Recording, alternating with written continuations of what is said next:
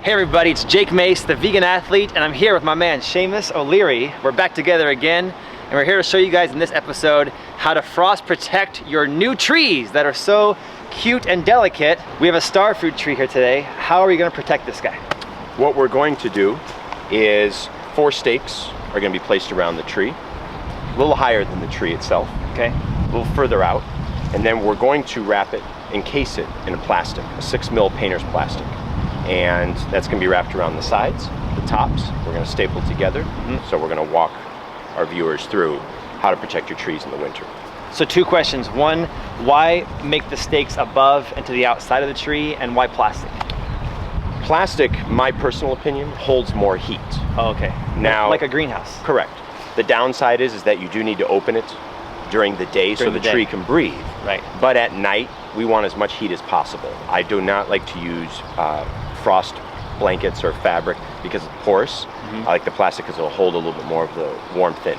So yes, you do have to open it during the day, but that's fine. That's really not a lot of work. It takes about 1.5 seconds. And the stakes being above and beyond the tree because you don't want the cloth touching, or the plastic touching the leaves. Correct. The fabric or the plastic will transfer the cold. Oh. So if the foliage is touching the plastic gets cold, the tree's going to get cold as well too. It will die at that spot. Right. So you want to create a tent around the tree. You don't want to wrap the tree up. You want to create a tent around the tree to trap the ground heat and then any supplemental heat that you're providing.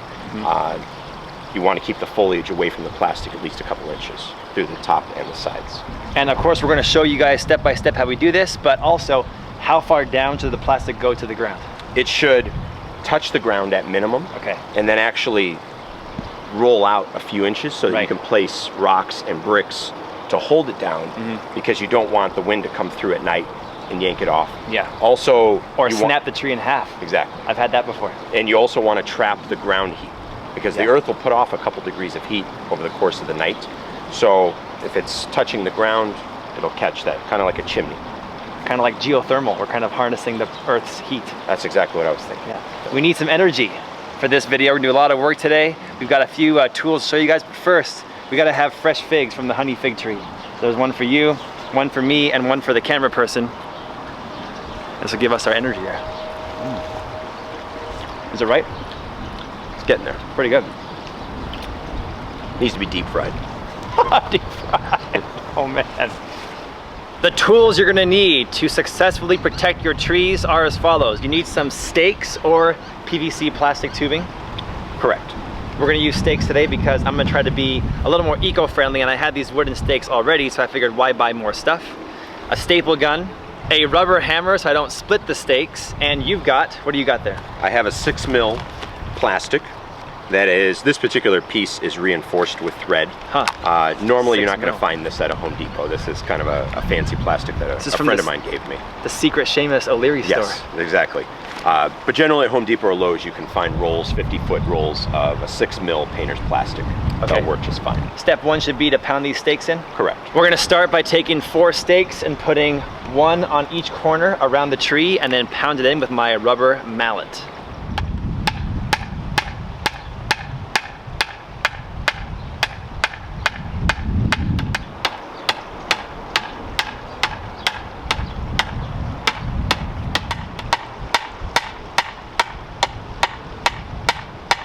Done it a million times already.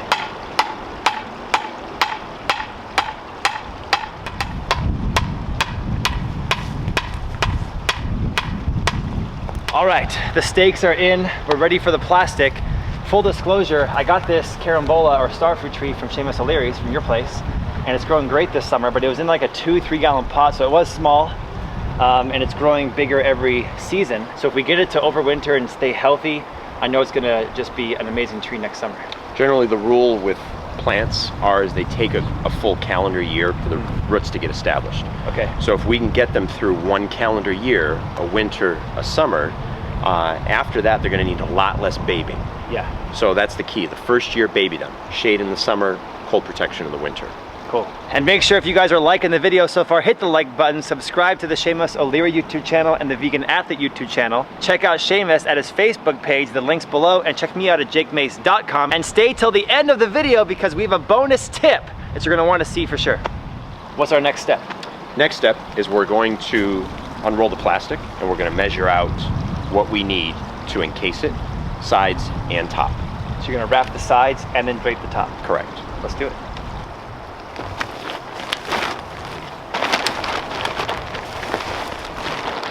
This helps if you got a buddy, right? Yes, or an acquaintance, or a friend, or a relative. Or somebody, a neighbor you paid off. Sometimes buddies cost you money, so it's easier to just grab somebody off the street. Yeah, I'm expensive. So why don't I hold the high part and you can tell me when it's on the ground.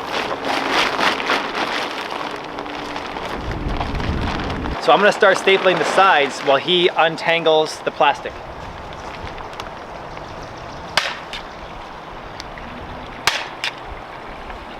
Okay, so you really want to wrap this guy.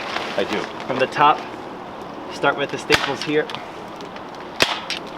and then slowly go around. Yes.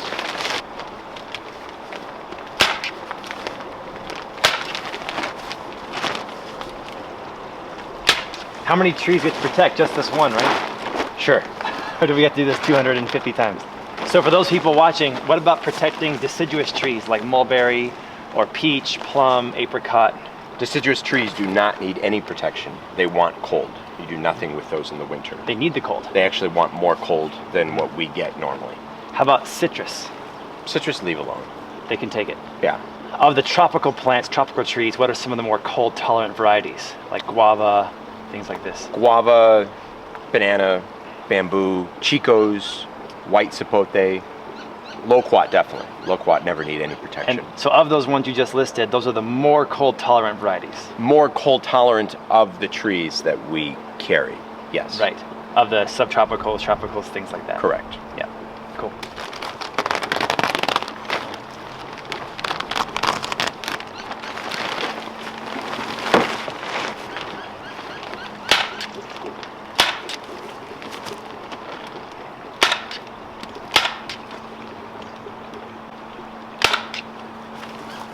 Oh, god dang. No, I'm just kidding. Okay, so we have sufficiently wrapped our starfruit tree. We have encased it. It's been entombed. It's in a cocoon. Entombed, yes. Entombed. Mummified. Now, what's next? The top. The top. And there's two things that you can do. Mm-hmm. This one's kind of tall, so it's going to be a little difficult as far as cutting a piece and getting up there and closing it. Mm-hmm. You can also just throw a bed sheet across the top. And save the plastic. Yeah, and that way you can leave this up during the day through the winter. Yeah. Just throw the sheet across the top and that'll take care of that. And then when the daytime comes, just take the sheet off. And you said we can also put some bricks or rocks down below to trap it against the ground. Definitely, yeah. Now this has been pulled pretty tight, so you can see it's probably not going to need a whole heck of a lot. There's nothing here to blow away, right? Because we've done it correctly. And we've staple gunned it toward the base. Correct. Basically that going around. And that's it. That's it. That looks pretty good. Yeah. I would think that if it got to 28 degrees here, I would be pretty confident that this would protect the tree. You could sleep outside in this. Yeah. It's like a sleeping bag for the tree. Maybe I'll do that. Maybe I'll sleep outside in a plastic cocoon to experience what the trees experience. Maybe your wife might put you out here one night. I think she might. When you act up. Yeah, that's true. Well, my neighbor always tells me one thing. If there's a looming frost coming, he always waters the trees deeply the day before the frost. Is that correct? Helpful? A hydrated plant will take a little bit more cold than a dried, stressed out plant. Really?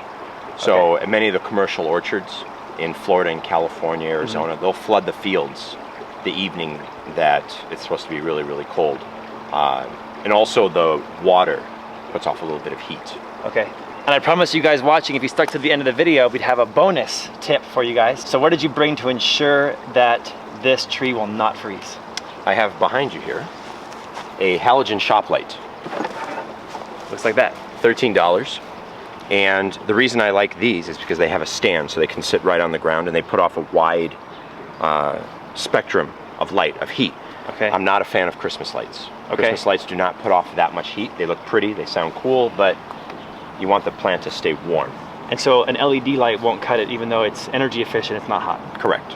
But we need to use a little bit of power to protect these trees in year one. Right. So we're using a non-efficient bulb, but we're saving the life of a tree. Correct.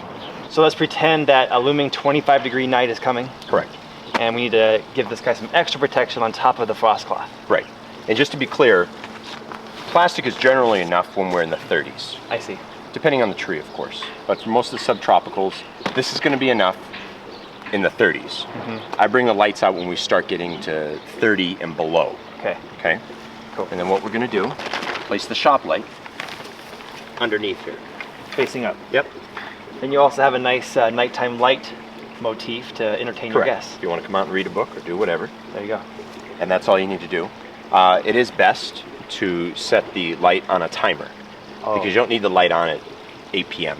Right. It seems like the coldest part of the night is actually the early morning. So 4, 5, 6 a.m. is when it seems to get the coldest. So and that's when the frost sets in too. Exactly. So I like to have the light come on maybe at midnight to start warming things up, or even 1 a.m. depending on what the temps are and the weather's like, and then shut off about 8 a.m. when the sun is starting to come up. But you don't need it on for 12 hours, maybe 4 or 5 hours. These trees are subtropical, so they're not going to deal with 20s. Even when they're mature, you lose some foliage if you do nothing with it. If you don't mind starting over in the spring, then leave it alone. But if you want to save the growth that you've gotten, the progress that you've made the previous year or two, plastic, 5 minutes worth of plastic and wood stakes will suffice. So it just depends on what you want to put into it, and also what the microclimate is around the tree. Yeah, last winter I had a carambola starfruit from you, I had a longan from you, and a loquat that I never even had to cover because they were under the canopy of moringa trees. Correct. And they were fine. Foliage of other trees actually provides about 3 to 4 degrees of heat. That's amazing. When you have open sky, it gets a lot colder. So in my yard, what I'll do with a lot of the potted plants that are too big to move onto the patio or into the greenhouse, I'll park them underneath the big carob tree or the jacarandas, and that'll provide enough warmth that they've generally been okay. Nice.